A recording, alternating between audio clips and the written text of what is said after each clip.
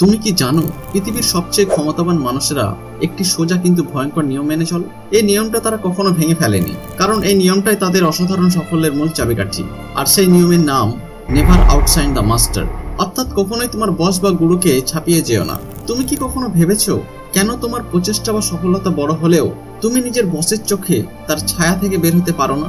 কেন এমন কিছু করো না যা তাকে হিংস্র বা হুমকি মনে করায়? এই ছোট্ট নিয়মটা শিখতে পারলে তুমি ক্ষমতার সেই খেলায় জিতে যাবে যা ইতিহাসে সব রাজা, নেতা আর সাফল্যশালী মানুষেরা আয়ত্ত করেছে।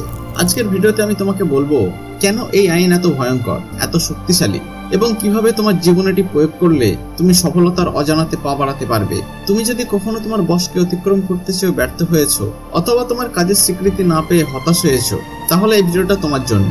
কারণ আজ থেকে তুমি শিখবে কিভাবে তোমার বুদ্ধি, দক্ষতা আর কাজের জোর ধরে বসের সম্মান বাড়িয়ে নিজের ক্ষমতা অসীম উচ্চতায় নিয়ে যাওয়া যায়। তাই তুমি কি প্রস্তুত এই সহজ কিন্তু ঝুঁকিপূর্ণ আইনের গোপন রহস্য উন্মোচন করতে? তাহলে চলো শুরু করি, কারণ ক্ষমতার খেলা চলছে আর তুমি এখন মাস্টার হতে যাচ্ছ। ক্ষমতা এবং সম্পর্কের জগতে কখনোই তোমাকে এমন আচরণ করতে হবে না যা তোমার বস বা গুরুকে হুমকি হিসেবে ভাবায়।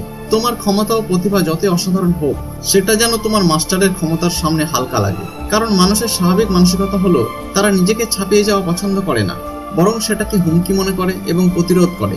যদি তুমি তাদের থেকে এগিয়ে যাও, তারা সেটা প্রতিহত করতে পারে, এমনকি তোমার উপর চাপিয়ে দিতে পারে নানা রকম সমস্যা, যেমন ক্যারিয়ারের ক্ষতি, সম্পর্কের টানাপোড়েন। সুতরাং এই আইন শিখতে হবে মানসিকতার দিক থেকে। ক্ষমতার খেলা শুধু বুদ্ধি বা কাজের উপর নির্ভর করে না, বরং ভালোভাবে নিজের অবস্থান বুঝে চলা অনেক জরুরি। 17শো শতাব্দীর ফ্রান্সে নিকোলাস ফুকেট ছিলেন রাজা চতুর্দশ লুইয়ের প্রিয় মন্ত্রী এবং অত্যন্ত ধনী ব্যক্তি। একদিন তিনি রাজা এবং তার সঙ্গীদের জন্য একটি অপূর্ব জমকালো পার্টির আয়োজন করলেন। পার্টিটি এত মনোমুগ্ধকর ছিল যে সবাই মুগ্ধ হয়ে গেল। কিন্তু পার্টির এই ঝলমলে আয়োজনে রাজা নিজেই একটু হিংস্র হয়ে পড়লেন, কারণ তিনি ভেবেছিলেন ফুকেটের এই সাফল্য তার নিজের সম্মান এবং ক্ষমতার হুমকির মুখে ফেলতে পারে। ফলে রাজা ফুকেটকে গ্রেপ্তার করলেন, কারাগারে পাঠালেন এবং তার সব সম্পদ বাজেয়াপ্ত করলেন। এই ঘটনা স্পষ্ট করে দেয় কেন কখনোই তোমাকে বস বা গুরুর থেকে এগিয়ে যেতে হবে না, কারণ তাদের অহংকার সেই সীমা ঠিক করে দেয়। অফিসের পরিবেশেও এমন নিয়ম প্রযোজ্য। ধরো তোমার বস একজন অহংকারী মানুষ। তুমি যদি বেশি কাজ করো, নিজের সাফল্য বাড়াও, তাহলে সে হিংস্র বা সন্দেহজনক হতে পারে। সুতরাং তোমাকে খেয়াল রাখতে হবে কিভাবে তুমি নিজেকে প্রকাশ করো। তুমি তোমার সাফল্যের পিছনে বসের অবদান তুলে ধরো, তাকে সম্মান দাও এবং তার সাথে একটি টিম মেম্বার হিসেবে সম্পর্ক গড়ে তোলো। এই মনোভাব তোমার ক্যারিয়ারকে অনেক দূর নিয়ে যেতে পারে, কারণ বসের চোখে তুমি থাকবে সহযোগী, শত্রু নয়। তোমাকে তোমার মাইন্ডসেট বদলাতে হবে, কিন্তু কিভাবে? 1. গুরু বা বসের প্রতি সম্মান প্রদর্শন করো। 2. অহংকার থেকে দূরে থাকো। 3. নিজেকে কখনো বসের তুলনায় এগিয়ে বা বেশি দৃষ্টিগোচর করো না। 4. বসের সফলতাকে নিজের সাফল্যের অংশ বানিয়ে দেখাও। 5. ধীরে ধীরে নিজের দক্ষতা বাড়াও, কিন্তু তা যেন কখনোই বসের সম্মান কমায় না। এভাবে করলে বস তোমাকে নেভিগেট করতে সহজ হবে এবং তোমার প্রতিভার মূল্যায়ন হবে। অনেকেই এই আইনকে ভুল বোঝে। তারা ভাবে বসকে পরাস্ত করতে হবে, কিন্তু এতে বিপদ বাড়ে। যেমন বসের প্রতি অজ্ঞাসূচক আচরণ করা, অহংকারে নিজের সাফল্য প্রকাশ করা, বসের কাজের প্রশংসা না করা। এসব করলে কর্মক্ষেত্রে সমস্যা হয় এবং ক্যারিয়ার ক্ষতিগ্রস্ত হয়। তাই সাবধান হও।